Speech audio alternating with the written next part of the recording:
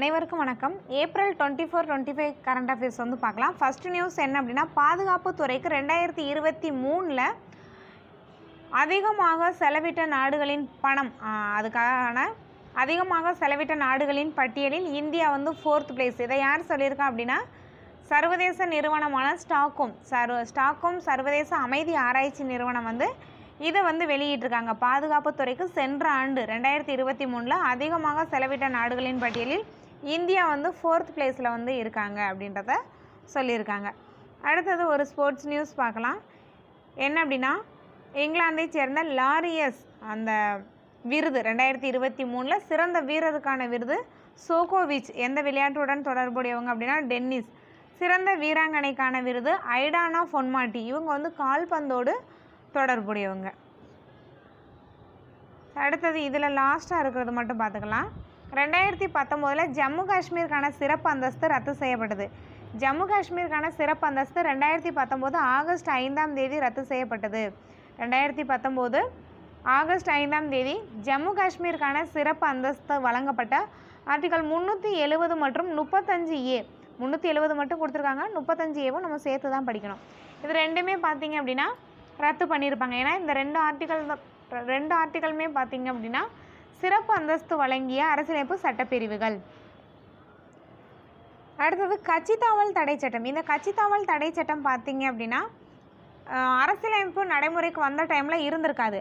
அரசியலமைப்பு நடைமுறைக்கு வந்தது 1950 ஜனவரி 26. அரசியலமைப்பு நிறைவேற்றம் செய்யப்பட்டது 1949 நவம்பர் 26. அந்த நவம்பர் 26 தான் அரசியலமைப்பு தினம். ஸோ எல்லாமே நம்ம பாலிட்டியில் படிச்சிருப்போம். அந்த டைமில் கட்சித்தாவல் தடை சட்டம்ன்ற ஒன்றே இருந்திருக்காது. அதன் பிறகு தான் 1985ல் 10வது அட்டவணையில் இந்த கட்சித்தாவல் வந்து சேர்க்கப்பட்டது. கட்சித்தாவல் தடை சட்டம் அப்படின்றது 1985 10வது அட்டவணையில் சேர்க்கப்பட்டது. அது என்ன கட்சித்தாவல் தடை சட்டம் அப்படின்னா வேறு ஒன்றும் இல்லை, அரசியல்வாதிகள் ஒரு கட்சியிலிருந்து மற்றொரு கட்சிக்கு இணையும் போக்கை கட்டுப்படுத்தும் வகையில் தடுக்கும் வகையில், ஒரு கட்சியிலிருந்து காலையில் ஒரு கட்சி மாலையில் ஒரு கட்சி அப்படின்னு இல்லாமல் கட்சியிலிருந்து அந்த மாதிரி இணைவதை மற்றொரு கட்சிக்கு மாறுவதை தடுக்கும் வகையில் கொண்டு வரப்பட்டதான் கட்சித்தாவல் தடை சட்டம்.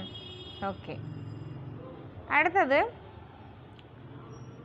ரூவாண்டோ மசோதா எந்த நாட்டோடு தொடர்புடையதுன்னு மட்டும் பார்க்கலாம். ஏன்னா ரொம்ப சர்ச்சைக்குரிய ஒரு மசோதா இந்த ரூவாண்டோ மசோதா அப்படின்றது. பிரிட்டன் பார்லிமெண்ட்டில் இதை வந்து கொண்டு வந்து ஒப்புதல் அளிச்சிருக்காங்க. ஸோ இந்த ரூவாண்டோ மசோதானா வேறு ஒன்றும் இல்லை, எந்த ஒரு ஆவணம் இல்லாமல் தகுதியான ஆவணங்கள் இல்லாமல் பிரிட்டன் போனாங்க அப்படின்னா அந்த ரூவாண்டா பகுதிக்கு அவங்கள நாடு கடத்திடுவாங்க. அதான் ரூவாண்டா மசோதா. ஸோ அது நமக்கு ரொம்ப முக்கியம் இல்லை. பட் ரூவாண்டோ மசோதா அப்படின்றது எந்த நாட்டுடன் தொடர்புடையது அப்படின்றது முக்கியமான ஒன்று, பிரிட்டன். ஸோ எப்படி கேட்பாங்க அப்படின்னா சமீபத்தில் நிறைவேற்றம் செய்யப்பட்ட ரூவாண்டோ மசோதா எந்த நாட்டுடன் தொடர்புடையது அப்படின்ற மாதிரி கேட்கலாம். அடுத்தது நீலகிரி வரையாடு நம்ம மாநிலத்தோட விலங்கே பார்த்திங்க அப்படின்னா நீலகிரி வரையாடு தான். இதற்கான கணக்கெடுப்பு தொடங்கியிருக்கு. ஸோ இதை விட நமக்கு முக்கியமான ஒன்று என்ன அப்படின்னா, நீலகிரி வரையாடு திட்டம் தமிழகத்தில் 2022ல் கொண்டு வரப்பட்டது. நீலகிரி இது குரூப் 2 மெயின்ஸில் ஆல்ரெடி கேட்டுட்டாங்க. நீலகிரி வரையாடு திட்டம் எப்போ கொண்டு வரப்பட்டது அப்படின்னா 2022 தமிழகத்தில் நிறைவேற்றம் செய்யப்பட்டது அந்த திட்டம். ஸோ இதில் வந்து எல்னினோ லானினோ பற்றி கொடுத்துருக்காங்க. ஜஸ்ட் அது என்னன்றதை மட்டும் பார்த்து வச்சுக்கலாம். எல்னினோ ஜியாகிரஃபியில் படிப்போம். எல்னினோ அப்படின்றது ஸ்பானிஷ் மொழிச்சொல். அதோட பொருள் என்ன அப்படின்னா சிறுவன். எல்னினோனா சிறுவன், லானினோ அப்படின்னா சிறுமி. எல்னினோ ரெண்டுமே வந்து ஸ்பானிஷ் மொழிச்சொல் தான். எல்னினோ அப்படின்னா சிறுவன். நமக்கு ஸ்கூல் புக்கில் என்ன இருக்குன்னா குழந்தை இயேசுன்னு இருக்கும், குழந்தைன்னு இருக்கும். இங்கே வந்து சிறுவன் அப்படின்ட்டுருக்கு. எல்னினோ அப்படின்னா ஸ்பானிஷ் மொழியில் சிறுவன், லானினோ அப்படின்னா சிறுமி. ஓகேவா? எல்னினோ அப்படின்றது பசிபிக் கடலின் எல்னினோ அப்படின்றது வந்து வெப்பத்தை அடிப்படையாக கொண்டது. அதில் கொடுத்துருக்காங்க. எல்னினோ பருவம் பசிபிக் கடலின் மத்திய கிழக்கு பகுதியில் காணப்படும் கடல் மட்ட வெப்பத்தை அடிப்படையாக கொண்டது எல்னினோ. இதே வந்து லானினோ அப்படின்றது பசிபிக் கடல் மட்டம் குளிர்வதால் உருவாகும் நிலை. சின்ன வித்தியாசம் தான். ரெண்டுமே பசிபிக் பெருங்கடல் தான். அந்த வெப்ப அடிப்படையாக கொண்டது பகுதியில் குளிர்வதால் ஏற்படும் நிலை தான் வந்து லானினோ. ஸோ இப்போ வந்து எல்னினோ தான் இருக்குது இந்த காலகட்டத்தில். ஸோ அதனால் எல்னினோ முக்கியமான ஒன்று. ரெண்டுமே முக்கியம்தான். அடுத்தது 2024ஆம் ஆண்டுக்கான லதா மங்கேஷ்கர் விருது வழங்கியிருக்காங்க. ஸோ இந்த லதா மங்கேஷ்கர் விருது 2022 இருந்து தான் வழங்குறாங்க. 2022 தான் ஃபஸ்ட் டைம் வழங்க ஆரம்பித்தாங்க. அதன் பிறகு ஒரு 2022, 23, 24 3 நபர்களுக்கு வழங்கியிருக்காங்க. இந்த ஆண்டிற்குரிய லதா மங்கேஷ்கர் விருது பாலிவுட் நடிகர் அமிதாப் பச்சனுக்கு வழங்கப்பட்டுள்ளது. பாலிவுட் நடிகர் அமிதாப் பச்சன். ஸோ இந்த ஆண்டிற்குரிய 2024ஆம் ஆண்டிற்குரிய விருது. இந்த விருது வழங்கப்பட்டதே 2022 தான். இந்த விருது வாங்கிய முதல் நபர் யார் அப்படின்னா நம்ம பாரத பிரதமர் நரேந்திர மோடி அவர்கள் தான் இந்த விருதை வாங்கிய முதல் நபர். அடுத்தது இந்த விருதை வாங்கிய இரண்டாவது நபர் யார் அப்படின்னா பாடகி ஆஷா போன்ஸ்லே. ஆஷா போன்ஸ்லே அப்படின்றவங்க 2023க்கானது வாங்கினாங்க. 2024 தற்போது பார்த்திங்க அப்படின்னா இந்த விருதை வந்து பாலிவுட் நடிகர் அமிதாப் பச்சன் வந்து வாங்கியிருக்காங்க. அதே போல் லதா தீனநாத் மங்கேஷ்கர் விருது, லதா மாஸ்டர் தீனநாத் மங்கேஷ்கர் விருது இசையமைப்பாளர் ஏஆர் ரஹ்மானுக்கு வழங்கப்பட்டுள்ளது. இசையமைப்பாளர் ஏஆர் ரஹ்மான் அவர்களுக்கு வழங்கப்பட்டுள்ளது. தேசம் மக்கள் சமூகத்துக்கு சிறந்த பங்களிப்பு வழங்கி வரும் நபர்கள் தேர்ந்தெடுக்கப்பட்டு இந்த லதா தீனநாத் மங்கேஷ்கர் விருது வழங்கப்படுகிறது. லதா தீனநாத் மங்கேஷ்கர் விருது இந்த ஆண்டிற்குரியது யார் வாங்கியிருக்கா அப்படின்னா இசையமைப்பாளர் ஏஆர் ரஹ்மான் அவர்களுக்கு வழங்கப்பட்டுள்ளது. அதன் பிறகு ராமகிருஷ்ண மடம். ராமகிருஷ்ண மடம் பார்த்திங்க அப்படின்னா 1897 ஓகேவா நிறுவப்பட்டது வந்து கொல்கத்தா பேலூரை தலைமையிடமாக கொண்டு விவேகானந்தர் அவர்களால் 1897 நிறுவப்பட்டதான் ராமகிருஷ்ண மடம்.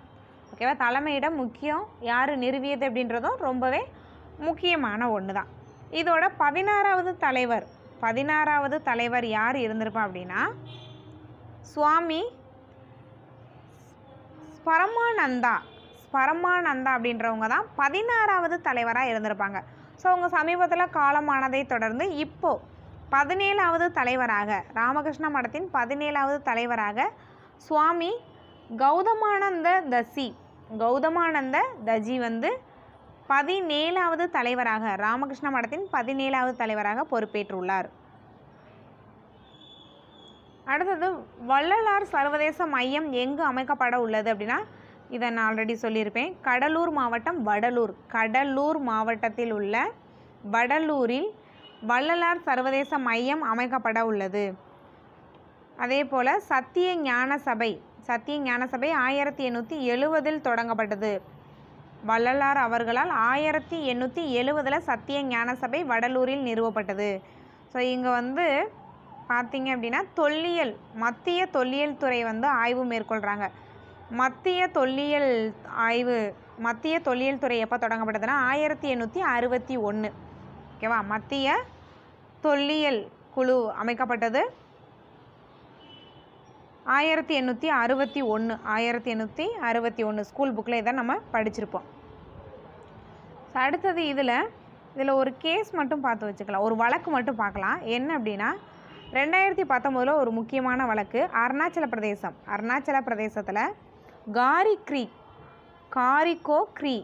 காரிக்கோ அந்த வழக்கு பேரே இதுதான், காரிக்கோ க்ரீ அப்படின்ற வழக்கு. காரிக்கோ க்ரீ வெர்சஸ் அருணாச்சல பிரதேசம் 2019 வழக்கில் என்ன சொல்லியிருப்பாங்கன்னா ஒரு வேட்பாளரோட ஒரு தேர்தலில் ஒரு தொகுதியில் போட்டியிடும் வேட்பாளரை பற்றி அனைத்து உச்சநீதிமன்றத்தோட தீர்ப்பு தான் இது. அவரை பற்றி அனைத்து விஷயங்களுமே வந்து சொல்லணும், வேட்புமனு தாக்கலில் சொல்லணுன்ற அவசியம் இல்லை அப்படின்ற மாதிரி தீர்ப்பு வழங்கியிருப்பாங்க. அதில் என்ன சொல்லியிருப்பாங்க அப்படின்னா அவரோட அந்த தீர்ப்பில் வந்து 2019 வேட்பாளர்களுக்கும் தன்மறைவு நிலை உரிமை உண்டு அப்படின்றத சொல்லியிருப்பாங்க. ஸோ எல்லா விஷயங்களுமே எல்லா தகவலுமே வந்து ஒரு வேட்பாளர் வந்து தெரிவிக்கணுன்ற அவசியம் இல்லை. சில வேட்பாளருக்கும் தன்மறைப்பு நிலை உரிமை உண்டு அப்படின்றதையும் அவங்க சொல்லியிருப்பாங்க. பட் மற்ற தீர்ப்புக்கும் இதை வந்து முன்னுதாரணமாக எடுத்துக்கிறாதீங்க அப்படின்னு சொல்லி தான் 2019 அந்த தீர்ப்பை வந்து வழங்கியிருப்பாங்க. ஒருவேளை இந்த வழக்கு கொடுத்து எதனோடு தொடர்புடையதுன்னு கேட்கலாம். ஓகேவா? காரிகோ க்ரீ அப்படின்ற ஒரு வழக்கு வேட்பாளர்கள் தொடர்பாக இப்போ எலெக்ஷன் டைம் அப்படின்றதுனால நம்ம எல்லாத்தையுமே வந்து படித்து வச்சுக்கணும். வேட்பாளரோட அனைத்து தகவல்களையுமே தெரிவிக்க வேண்டிய அவசியம் இல்லை. 2019 இந்த வழக்கு வந்து வந்திருக்கும். அடுத்தது இதில் ஒரு முக்கியமான தினம் ஏப்ரல் 25. ஏப்ரல் 25 வந்து பார்த்தீங்க அப்படின்னா மரண ரயில் பாதை தியாகிகள் தினம். 80வது ஆண்டு இந்த ஆண்டு. மரண 1942 ஏற்பட்டிருக்கும். 1941, 42 ஏற்பட்ட ஒரு கொடூர சம்பவம் தான் இது. உலகளவில் நிறையா நாடுகள்லேருந்து இந்த பகுதிகளில் மக்கள் இறந்துருப்பாங்க. இந்தியாவாக இருக்கட்டும், நிறைய நாடுகள். ஓகேவா? 1941, 42 டைமில் பார்த்தீங்கன்னா இந்த மரணம் ஏற்பட்டிருக்கும்.